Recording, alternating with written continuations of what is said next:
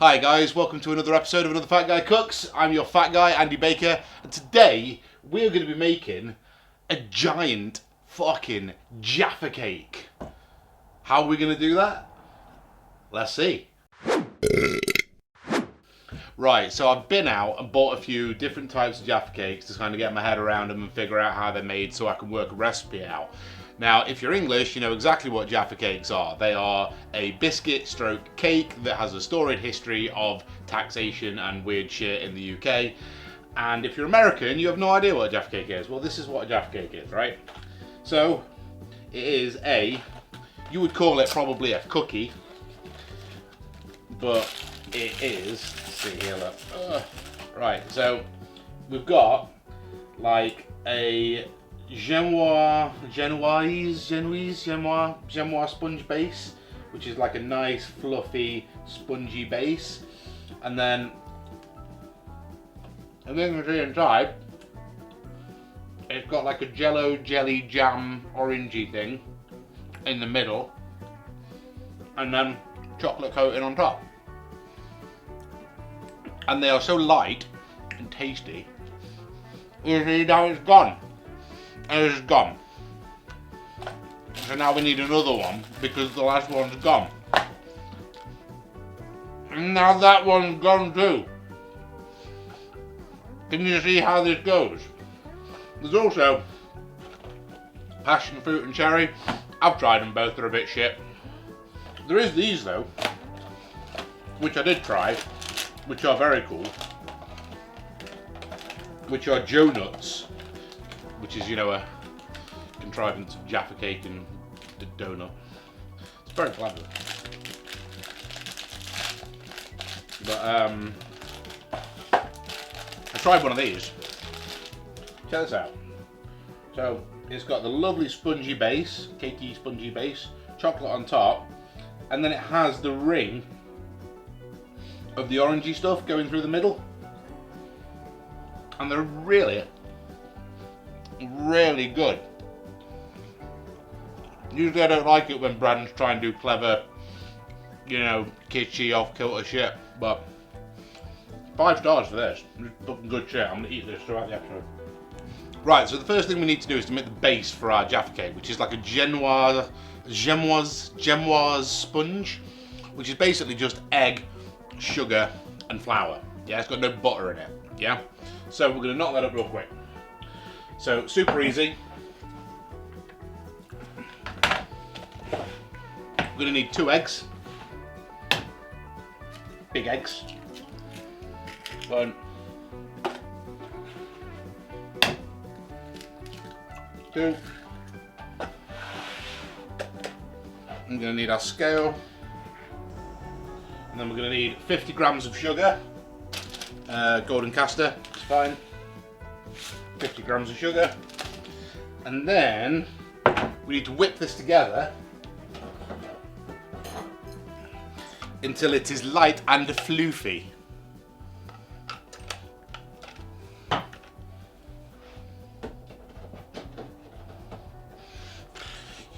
Tried it in the stand mixer, I've tried it with a blender. This is the only guy that seems to really get the job done.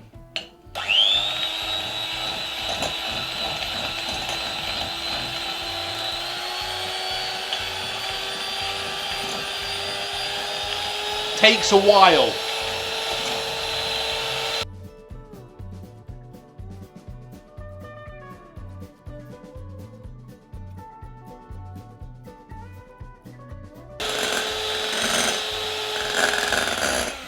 Okay, now as you can see, it has gone to the point where it leaves a mark, which is called ribboning. Like that. See that from up above? So that's about the consistency you want. You want light and fluffy and airy and pale, yeah? We need 50 grams of self-raising flour. So I'm gonna pop my sieve on top, which just doesn't quite touch the stuff. Zero that out.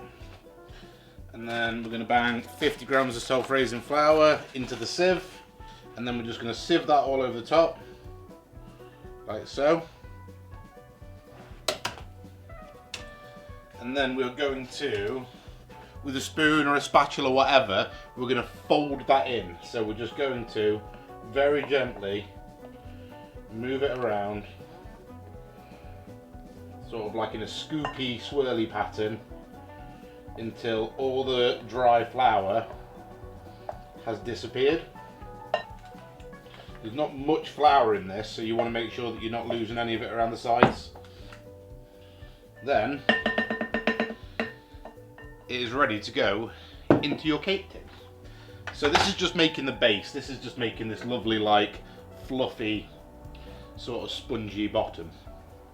And I do like a spongy bottom. So, standard cake tin, some butter, and we're just gonna butter the bottom of the cake tin. And all the way around the sides, like so. And then we're going to pour this in.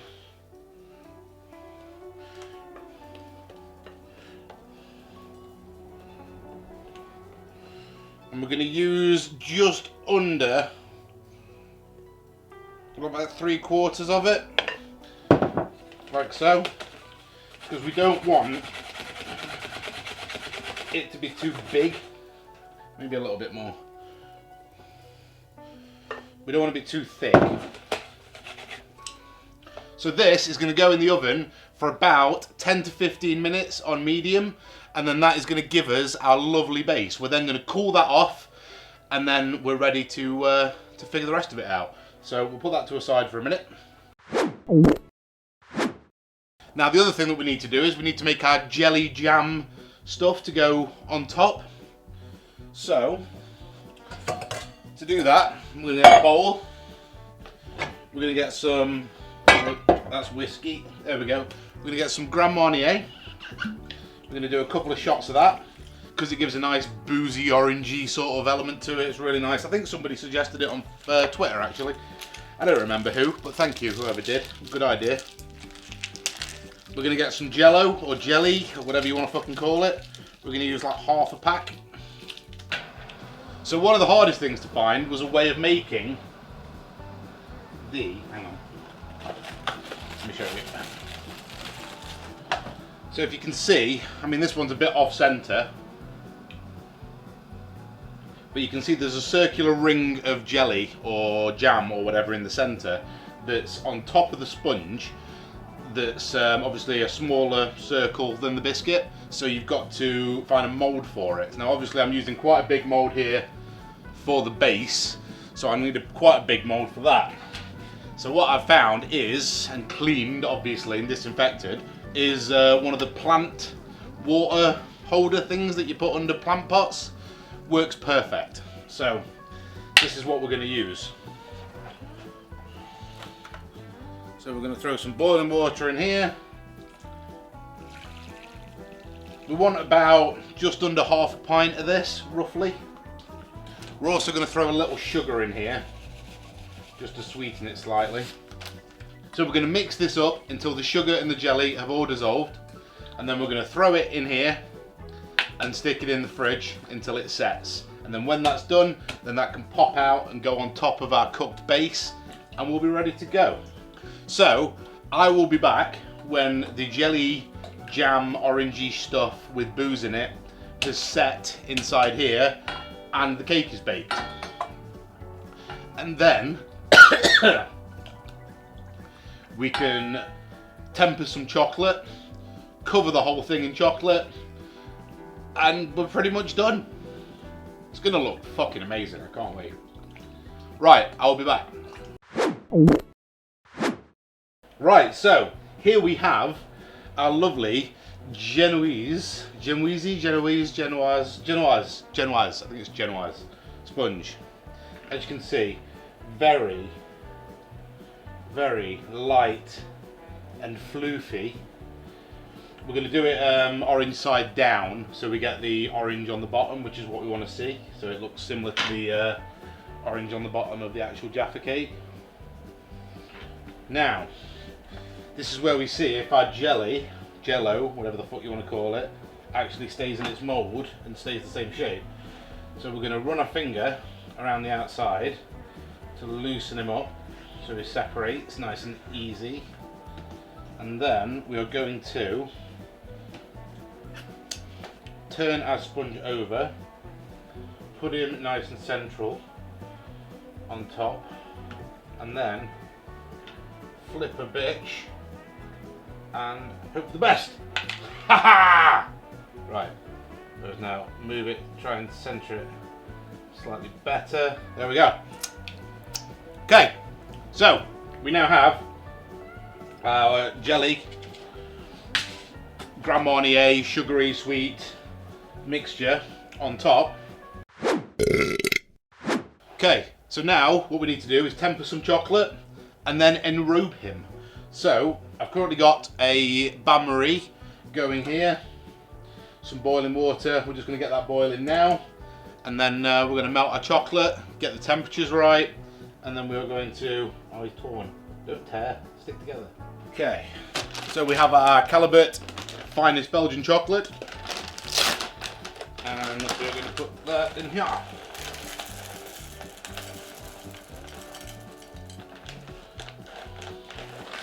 And these things are amazing. So first we need to get it up to melting point, which is about 49-50 degrees, get it melted, and then we need to drop the temperature down while stirring it to 27, and then we need to heat it back up to about 32, 33, something like that, and then we can enrobe, and that will basically decrystallize and recrystallize the chocolate in a way that will make it so that it sets nice and hard and shiny and solid and crunchy and crackly, instead of like shitty and melty and wank. Yeah? I did a whole episode on tempering chocolate. I'll put a link to it down below. Okay, so this should now be around about 50 degrees. There we go. So now this can come off and it can go in here into our ice bath. And then we're going to continue to stir it now in our ice bath like crazy. Another way to do this, by the way, is to have a big surface like this that's clean and non-stick, and basically you just throw your chocolate out and you just move it around, and you just keep moving it around and letting it sort of have access to the air to cool it down, spread it thin, and then that cools it down also very nicely and sort of mixes it up. But I don't really trust this countertop because I'm a filthy bastard. Okay, let's check where we are. I think I'm probably at about 34 now. Let's see. We need to get to 27. 37, okay. 10 more to go. 27, perfect. Right, so now this comes off of here and goes back on here just to bring it back up to 32, which does not take long at all. There we go, and off. Right, and now we can enrobe our chocolate. So we take this guy off, and then the first thing we're going to do is we're going to cover the top. Try and get a nice thick layer on the top, like so, because then we're going to work it off the top with the back of this spoon, like so. We don't want to get too much, I don't want it to go down the sides if I can avoid it, like so. And then we just get a nice big dollop of it on a spoon, and we do the trademark weird lines that Jaffa cakes have on them. So we just give it some to and fro with a few ribbons of chocolate, like so. We have our giant Jaffa cake. I'm just going to leave this in here because it's cold enough in here for it to set. So we're going to leave this in here for a few minutes, let it set, and then we'll be right back to taste it. Back in a sec. And there we go! All done! All sorted, giant fucking Jaffa cake. Look at him, he's an absolute beauty. Oh my god. Should we take a bite and see? Or in fact, I tell you what, let's, for the thumbnail, I guess. Look at him. He's magnificent.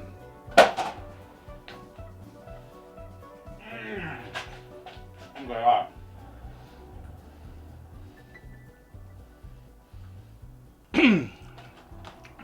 tastes absolutely amazing. I've not left the chocolate to melt for long enough, but let's cut a slice. Or try to. Don't know how well this is going to go.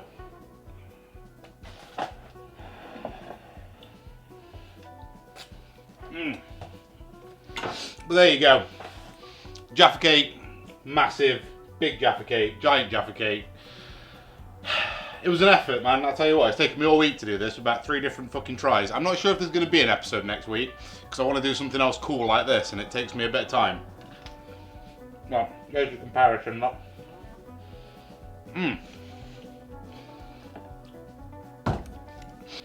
Another fact, guys, just cooked. Thanks a lot for watching, guys. Please like, comment, and subscribe. Any ideas you've got for weird stuff like this, stick them down in the comments, and I'll catch you guys next time.